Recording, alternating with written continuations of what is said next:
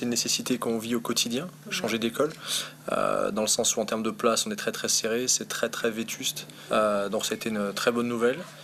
Dire un petit peu tout ce qu'on attendait d'une école, pour aller vers l'école entre guillemets rêvée. Un tapis en plastique à 1000 couleurs, un banc pour s'asseoir, pour toile d'araignée, des troncs d'arbres autour d'un arbre, des jeux instables, des rochers, une cabane pleine d'élastique, jouer à la barre, un endroit des chaises. Quand s'est posé la question donc, de programmer l'école avec la ville de Saint-Étienne, on s'est posé la question donc évidemment de prendre un programmiste qui allait définir de manière précise les quantités, les surfaces et les attentes un peu du projet avec la contrainte du site de la manufacture.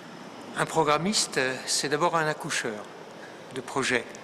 Il aide celui qui construit, ce qu'on appelle le maître d'ouvrage, à, dans notre jargon, définir l'ouvrage, définir ce qu'on veut faire, les grands objectifs. Compte tenu qu'on était au cœur du quartier créatif et qu'on était à proximité immédiate de la Cité du Design, qui a déjà investi une partie de l'ancienne manufacture d'armes de Saint-Étienne, il est apparu naturel, et ça a été une volonté de la ville de Saint-Étienne, que la question du design se diffuse, et du coup se diffuse également dans les équipements que la ville met en place, à savoir les crèches, les écoles. Donc c'est pour ça qu'on a, de manière un peu innovante, fait le choix d'imposer à l'équipe de programmation de travailler avec un designer. C'est quelqu'un qui... Il y a des enfants qui disent qu'est-ce qu'il veut et lui il fait des listes pour les donner à Un architecte.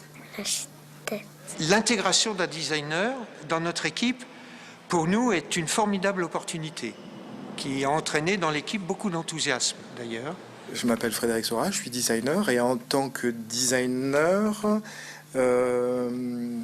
j'ai travaillé en association avec Initial Consultant et Jean-Pierre Mariel sur la programmation d'un groupe scolaire qui va se trouver sur le site de la manufacture. Et dans ce cadre-là, je m'occupe de la démarche design. Dans un premier temps, on a visité l'école Bergson avec la visite d'un projet qui est « Je participe à la rénovation de mon école », donc avec des enfants. Et là, ils sont aperçus que les enfants pouvaient intervenir sur leur environnement, puisque c'est des enfants et un designer qui sont occupés de réaménager une bibliothèque qui ne fonctionnait pas. On a fait un petit travail d'enquête. On est allé dans leur cour existante et puis on a regardé un petit peu toutes les choses dans la cour.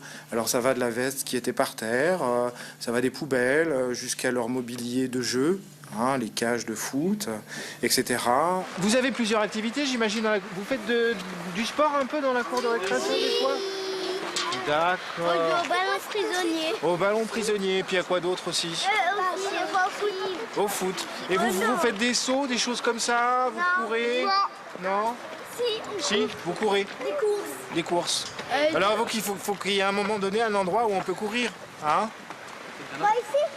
Ici, oui, ou délimité dans la future cour de récréation. Après avoir fait tout ce travail-là d'enquête, vraiment sur l'existant, sur les usages qu'ils avaient dans la cour de récréation, on a fait une phase de dessin où là, ils ont projeté la fameuse cour de récréation idéale.